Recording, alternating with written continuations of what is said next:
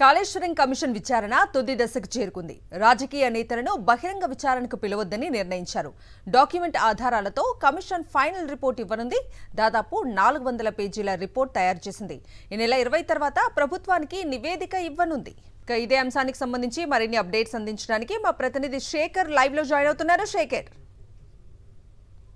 Kaleshwaram commission దాదాపు సంవత్సరం పాటు విచారణ చేసింది. మేడిగడ్డ, అన్నారం, సుందిల్లా 3 బ్యారేజీలలో అవకతవకలు జరిగాయని ఆరోపణలు వచ్చినటువంటి నేపథ్యంలో ప్రభుత్వం ఏర్పాటు చేసినటువంటి ఈ కమిషన్ ఇండిపెండెంట్గానే విచారణ చేసింది. అటు అధికారులను అట్లాగే బయట వ్యక్తులతో పాటు కీలకమైనటువంటి డాక్యుమెంట్లలో ఉన్నటువంటి విజిలెన్స్ రిపోర్టులను, ఎన్డీఏ రిపోర్టులను కూడా కలగలిపి రిపోర్టును తయారు చేసింది. రిపోర్టు 95% పైగా పూర్తయినట్లుగా తెలుస్తూ ఉంది.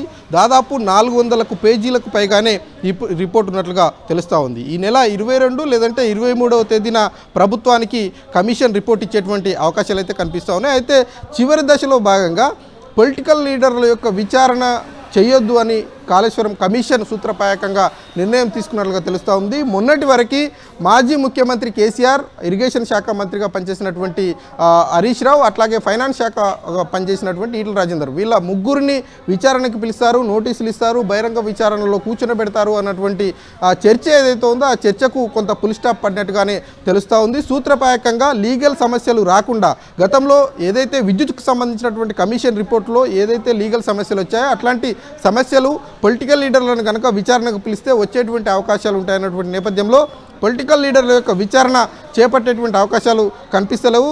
పిలవద్దని నిర్ణయం తీసుకున్నట్లు కూడా తెలుస్తూ ఉంది. ఇక దాంతోపాటు వాళ్ళ మీద వచ్చినటువంటి ఆరోపణలు ఏవైతే ఉన్నాయో వాళ్ళ మీద వచ్చినటువంటి విచారణలో భాగంగా పూర్తి స్థాయిలో డాక్యుమెంట్ ఆధారంగానే కమిషన్ రిపోర్టు ఇవ్వనున్నట్లుగా తెలుస్తూ ఉంది. దానికి సంబంధించినటువంటి కసరత్తును కూడా దాదాపుగా పూర్తి చేసినట్టు తెలుస్తూ ఉంది. ఈ వారం 10 రోజులు ఫైనల్కి సంబంధించినటువంటి ఏవైతే తప్పొప్పులకు సంబంధించినటువంటి అంశాలను పరిశీలించి ఈ నెల 23 లేదంటే 22వ తేదీన కమిషన్ విచారణ ఫైనల్ రిపోర్ట్ను ప్రభుత్వానికి అందించనుంది. కవిత.